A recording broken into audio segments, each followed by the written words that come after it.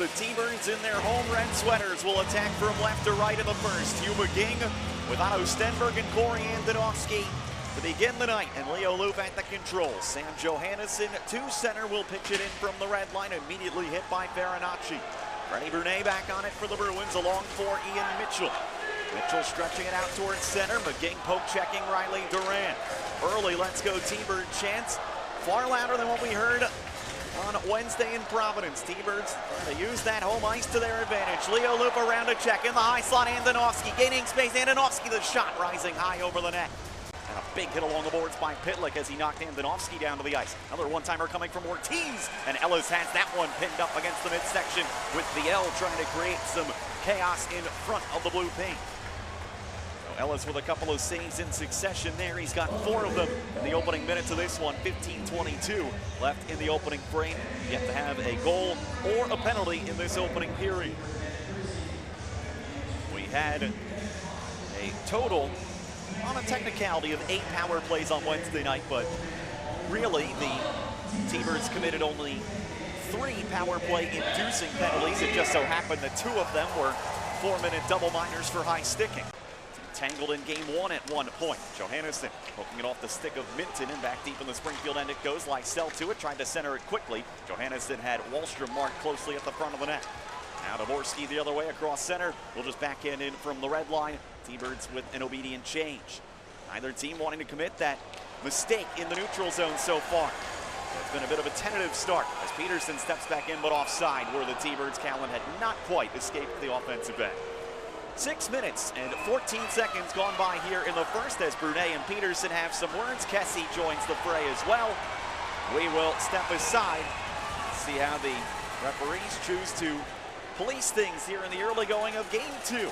Luffin on the left wing, waiting for reinforcements, has one coming late. Skinner winds, fires, save DiPeitro as he came way out of the blue paint to challenge. Now Lysell in transition. Up, and the T-Birds move in transition. Cale Kessie across the O-zone. Peterson down the left wing, ridden by Tufte into the end boards. Peterson kept his feet, still battling in that corner. Puck now bouncing into the air. Ortiz carefully plays it side of the net in front, and up on the backhand, it's loose in the paint. Kessie whacking away at it, and the whistle stops play. Oh, Peterson got his stick in there to create a giveaway right near the crease. And it looked like Kessie and Peterson both had glorious chances right at the tail end. Peterson actually hit the post on a one-hand bid, and Kessie just couldn't quite get there fast enough. Some great work by Ortiz, giving up at least 4 inches and probably 30 pounds on Cale Kessie, but he knocked the big man down and kept the T-Bird enforcer from the ice-breaking tap. Now Mitchell will spot it. Ian Mitchell left to right to center. Across the T-Bird line on the right wing. Farinacci dodging a hit attempt, but the play was offside. And the whistle stops things. Kessie over to police the scene as Tufte and Peterson get sticks and gloves raised. Bushinger has Brunet in a headlock as well. Farinacci has picked a dance partner. Everyone pretty much has a dance partner right now. We'll have to see how they choose to call this difference of opinion, let's say. 5:35 remaining in the second. We will all catch our breaths, but there will be penalties from this. How many and on who, we will find out. T-Birds and Bruins still scoreless under 6 minutes to play. Second period of what could be a deciding game 2. T-Birds and Bruins brought to you by MGM Springfield. Johannesson, point-to-point Alexandrov. Alexandrov back to Johannesson, right through feed Dvorsky, settles it, waits with it, turns away from pressure. In low now for Luff. Luff in front, Alexandrov a one-timer blocked. It comes to the back of the net. Mitchell a hacking, clearing attempt, knocked down by Alexandrov. Alexandrov steps in, fires, short side, save made, rebound, Luff whacking away at a backhander. Alexandrov stopped in front. Third try from Alexandrov, blocked. Dvorsky now with it, holds, waits, shoot, moves it in front. Nobody there, Alexandrov fires, blocked again by Farinacci. And Alexandrov in behind the goal for Luff, quickly in front. Pekka to the backhand, Pekka the shot. DiPeitro the save. He didn't know where it was, but it was in his paraphernalia.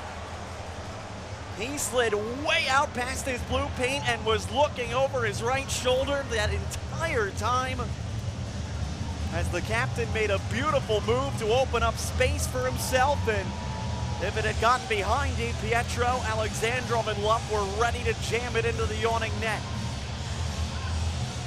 Zandrum will just send an alley-oop to the Providence line. Knocked down by a Bruin and swatted ahead. A race for the puck now. Pitlick will get to it down the right wing. Got it in front of the goal. A backhander stopped by Ellis. Rebound chipped in front. Puck is free and stopped by Ellis at point-blank range on Pitlick. Callahan bouncing it down wide of the net. Bruins got the first good chance of overtime. Ortiz now in front and hit off Tufte. And back to Pekka's skates. He couldn't locate it. And Loof will just rescue it out to center. Bruins playing with the purpose to begin the overtime. Here's Tufte in on the right wing. Riley Tufte leaving it back. The trailer Callahan. Mike Callahan, the shot. He hit the post. Rebound. They score. Vinny Lettieri has won it for Providence at 1:14 of the overtime. And we will have a Game 3 on Sunday afternoon.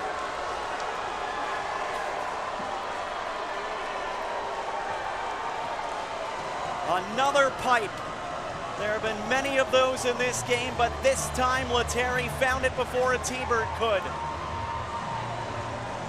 And the Bruins win it 1-0, and it ironically happens quickly after a scoreless regulation for 60 minutes. Just a minute and 14 into the first overtime period. Lettieri the winner, which sends this series to the brink.